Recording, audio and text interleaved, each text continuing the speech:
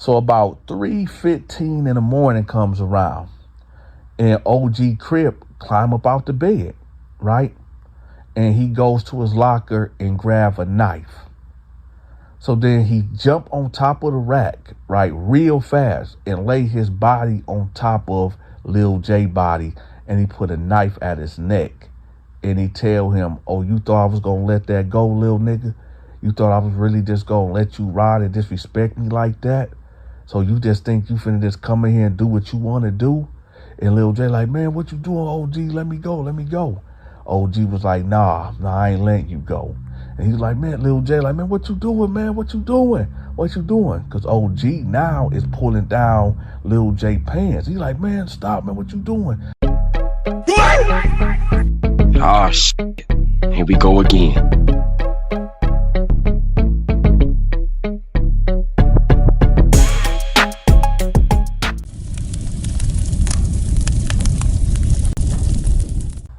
Before we start this prison story, I want to give a disclaimer. I'm not going to give the location, and I'm not going to give the name of the set of the Crips that did this, right? I'm going to change names and I'm changing locations, okay? Because I know what I'm about to tell y'all is not a representation of the whole Crip organization. This was just a set that did this, and nevertheless, let's get to this prison story.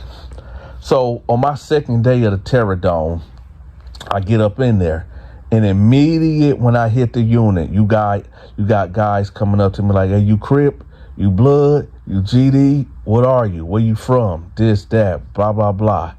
And I'm like, no, man, I'm just a regular dude from Michigan, man. Now, in the Terror Dome, you know, you have to have caught at least 2 bodies in prison.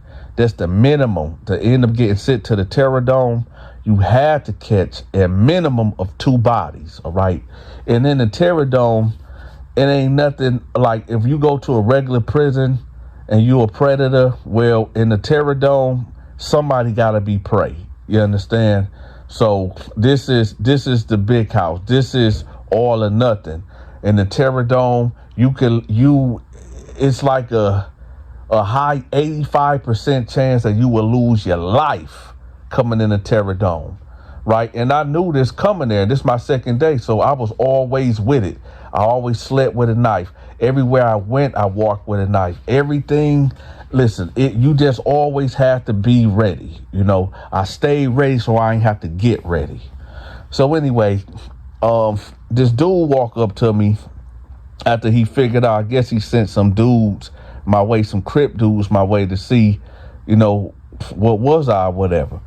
And when he figured out that I wasn't nothing, you know, he rolled up on me, and dude name was King George, right? The king of the Crips in that area or whatever, in that region, I should say. So he like, hey, let me holler at you right quick. So, you know, I go to a cell and I sit down on the desk. I'm like, what's up? He like, listen, you gonna have to get down with somebody. You gonna have to get down with some clique. I prefer for you to get with us because we know we heard about your reputation, whatever, and we always are looking for, you know, some soldiers or whatever. And I was like, you know, no disrespect to you, but I'm my own man, and I'm willing to kill, steal, and die behind myself.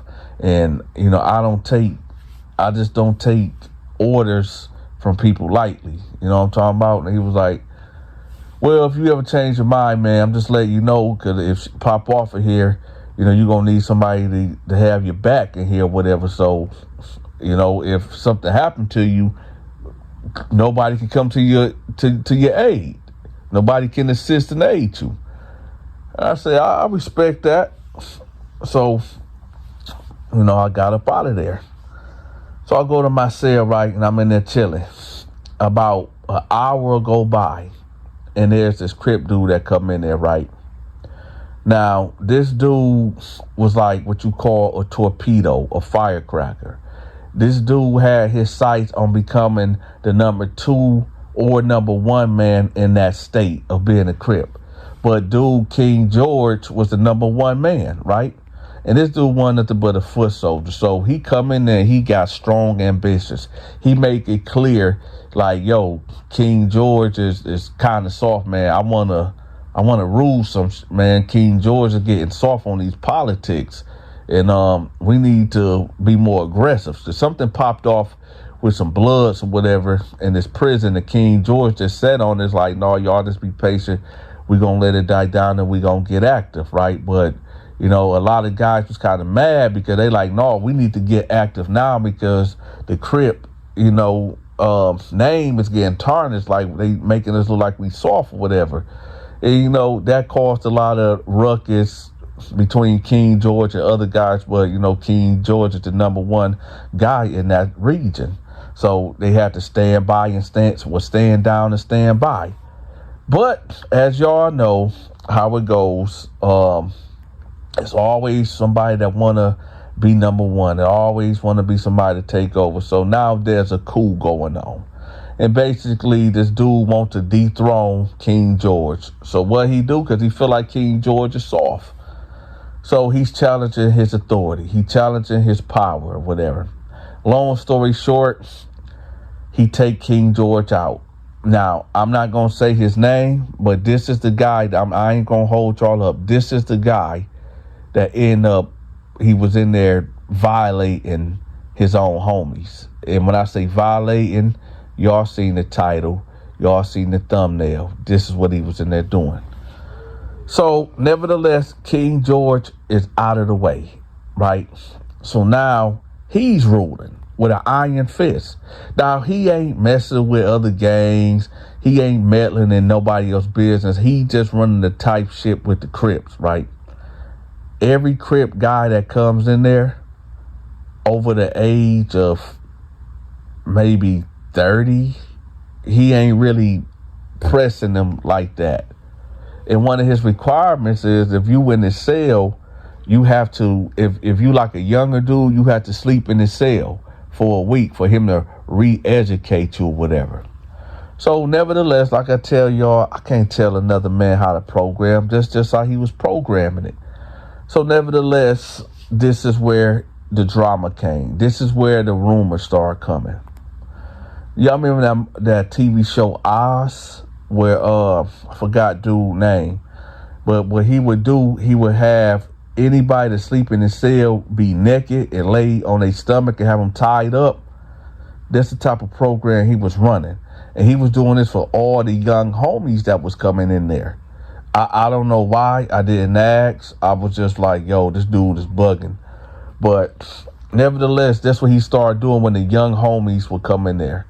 He would make them strip naked when it's time to go to sleep, and he'd tie them up. Where the rumors start circulating, right? Because at this time, I ended up getting put out that unit because somebody put a knife in my cell, and well, they rolled me up. But that's a whole nother story. But you know, the rumor started spreading that dude was inserting himself into these guys. And the word went out that he was saying, if you can take a D, you can take anything. And to him, it wasn't gay. Now, I'm going to give y'all my opinion, and I'm going to give y'all what's real. If a straight man lay down with a homosexual, and they do something, two homosexuals get up. I don't care what the circumstances.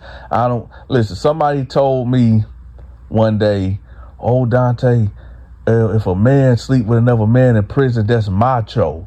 That's a real man. That's power. I said, no, that's just gay. And that's just what it is. I don't care how you try to dress it up. I don't care how you try to play on words. Oh, that's power. No, you just a freaky dude that's trying to use an excuse to get your rocks off in or outside of another man, right? And that's just what it is. I don't, how can I put, I don't give no room. I don't give no play, right? In this chain link to say, well, maybe this, nah. If a straight man get to fucking on a homosexual for whatever reason, the dude gay. And that's just what it is. Anyway, so that's the word that was going around the prison, that, you know, this new Crip leader is out there punking for real, the new homies that's coming in there. Now, this is where we get to the story, all right? So now you get this dude named Lil J that come in there. And yes, that is his real name. I'm putting his real name out there because he's a piece of right? He ended up getting with this chick or whatever. Let me tell y'all Lil J story right quick before we go on. So that way later on, y'all be like, oh, Donta, that was wrong for you putting my man business out. No, I'm going to tell y'all why he's locked up. So Lil J, when he was 19 years old, ended up getting with this chick or whatever. She was maybe 17 or 18, whatever. They ended up having a beautiful baby girl, a beautiful baby girl. And next thing you know, I guess the girl was cheating on him because she knew he was cheating on her. But nevertheless, they moved in together. He was doing him and she was doing her. Well, one day she leaves, right, to go mess with another guy or whatever. And the poor baby would not stop crying. I think she was colicky or something. And she wouldn't stop crying at all. So what he do? He decides to get super angry with her. And on top of him knowing that this girl cheating on him, all that is just getting all bottled up. And he end up, I'm not going to go into details. It wasn't in sexual nature at all. But he ended up beating the little girl to death. He took her life. And that was it. So that's why I'm putting this name out there. It was Lil J. So Lil J came in there, right? He a Crip. I don't know, was he a Crip out in the real world or did he join the Crips to get protection or whatever? But he ended up poking up a couple cats in the last prison that he was in because, cats was trying to get at him for, his charges, whatever. So nevertheless, this is how he ended up in the Terror Dome. So he ended up over there, right? And this is what this whole story is really about. The Crip dude ended up taking his Crip homie cheeks. Now, this was verified. This is proven. This is what happened. So he get over there and they're with him, right? And, the leader of the Crips, he tell him like, yo, you went here with me for the week. This is the rules. You can't sit, you don't stand up peeing in this cell because, you might pee on the floor, whatever. I'll look out for you, whatever this, whatever that, whatever Crip shit they be talking about, whatever. Giving him the rules and the bylaws and I guess Crip prison etiquette or whatever. So anyway, he also tell him like at nighttime, you got to strip naked. And, I'm going to tie you to the bed and that's just what it's going to be. So, Lil J telling him like, nah, man, that ain't going to work, man. I'm not getting naked. I'm just not getting naked, man. I'm not getting tied up. So dude is really aggressive. The leader of the Crip, he aggressive. He like, well, you going to do what I tell you to do or, you going to get handled. And Lil J ain't going for it. He like, well, y'all just gonna have to violate me then. It's just whatever. And when I say violate, I'm not talking about, turning them out. A violation could be like 3 homies jumping on them, beating them up, for like 2 or 3 minutes or something. That's what I say violation. So he tell him like, well, y'all just gonna have to violate me then because I'm not sleeping naked, man. I'm not doing that. That's not gonna happen. So he say, all right, you got heart, I respect that, but he's telling him this to basically put him at ease, not knowing, this Lil J not knowing that he's, putting him at ease because what he's going to do to him later on in the night. So nevertheless, everything going good, that it can go good in prison or whatever. So let's just fast forward to lockdown. So now they're in the cell, and we just gonna call him OG Crip. He at the bottom bunk, right, and they read in something. They read in whatever Crip literature or whatever, and he tell them like, all right, man, we finna turn it in, time to go to bed, right? So he like, all right, OG. So Lil J is sleeping on the top bunk, and OG is sleeping at the bottom bunk. And he like OG. He like, what's up? He like, hey, about earlier, man, I was tripping, bro, but I just don't understand why would you want me to sleep naked or whatever? You know, that didn't sit right with me. I wasn't trying to really disrespect you. I don't get why. So OG basically told him, like, you know, you got to understand, once you get in this organization and I'm restructuring this thing, a man got to be able to stand on his own, man. You came in this world naked, you will leave out this world naked. And being in this cell with me and being in this Crip thing of my organization, you know, you're being reborn in the Crip nation, like you're being baptized or whatever. So he was like, all right, I get what you're saying. I get what you're saying, OG, but, you know, again, no disrespect, but I just can't do that, man. So OG like, yeah, okay, that's you cool, you straight. It's all good. It's all love, man. Go ahead and get some rest, man. We got a full workout to do tomorrow anyway. So he said, all right, let me tell y'all something. In prison, there's only two ways to sleep, really. Lay on your side with your back against the wall, okay? And then another one, well, actually, no, it's only one way to sleep. Sleep with your back against the wall. That's all I can say. Laying sideways with your back against the wall. Lil J, for some reason, slept on his stomach. That's probably one of the worst, if not the most dangerous position to go to sleep in while in prison. And I'm going to tell y'all why, because this will happen. So about 3:15 in the morning comes around, and OG Crip climb up out the bed, right?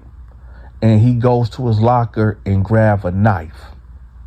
So then he jump on top of the rack, right, real fast, and lay his body on top of Lil J body, and he put a knife at his neck. And he tell him, oh, you thought I was going to let that go, little nigga? You thought I was really just going to let you ride and disrespect me like that?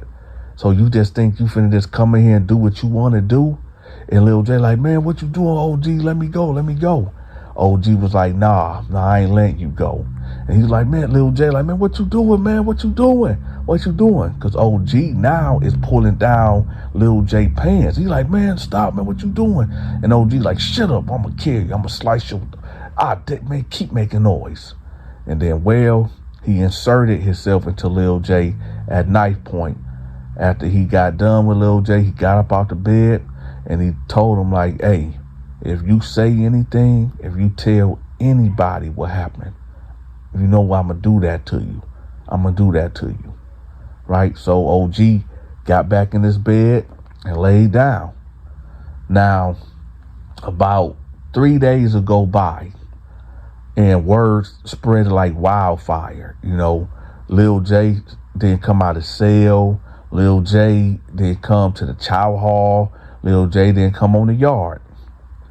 I'm going to say the fourth day I was on the yard, right? And I seen Lil J. I saw him. In prison, if a man get violated like that and he get all that type of damage happen to him, he'd be wearing a diaper. Yeah, a male brief diaper. And you will know that if that happened to somebody. And Lil J was out there wearing a diaper. And, you know, a lot of people might think, oh, that's funny and that was retribution for what he did to the baby girl. Who knows? Maybe that was karma coming back, or, you know, I don't know. But I do know this, though. There's a lot of people in the free world that think when a man get violated, it's funny, or they think that, like, well, that's what he get. Hey, I'm not the judge. I'm not the jury. When you in these predicaments, man, you don't know what you gonna do. A lot of cats will say, well, I would do this, I'll do that. But, you know, OG had the knife at his neck, right? And I believe OG would have, you know, pushed that knife in him like he pushed that thing in dude, you know? So, all you cats out there listening to this story right now, y'all need to share this video. Share it on your Instagram. Share it on your TikTok. Share it on your Facebook. Because there's a lot of people out here thinking that, it's sweet out here. And, and I be hearing people talk about, well, ain't nobody really in there taking cheeks like that, because there's a lot of homosexuals just running around out there. Yeah, that might be true. That might be true. I give you that. That might be true. But guess what? A lot of these older cats and a lot of these dudes in prison that be in there freaking on other dudes and stuff like that, just like in the real world. Nobody don't want no loose person. Nobody don't want they want something tight. They want something new. And when all these new young cats come in there, hey, they virgins to these OG cats that been in there taking shit. So keep that in mind for all you cats that's thinking, oh, well, I ain't worried about that because I'm going to do this, I'm going to do that. Okay, you going to get caught sleeping and somebody going to run up in you. If you enjoyed this story time, make sure you subscribe to the channel. If you forgot to hit the like button and share this video, make sure you take care of that. If you want to send a gift to support the channel, we are accepting gifts and donations via Cash App and PayPal.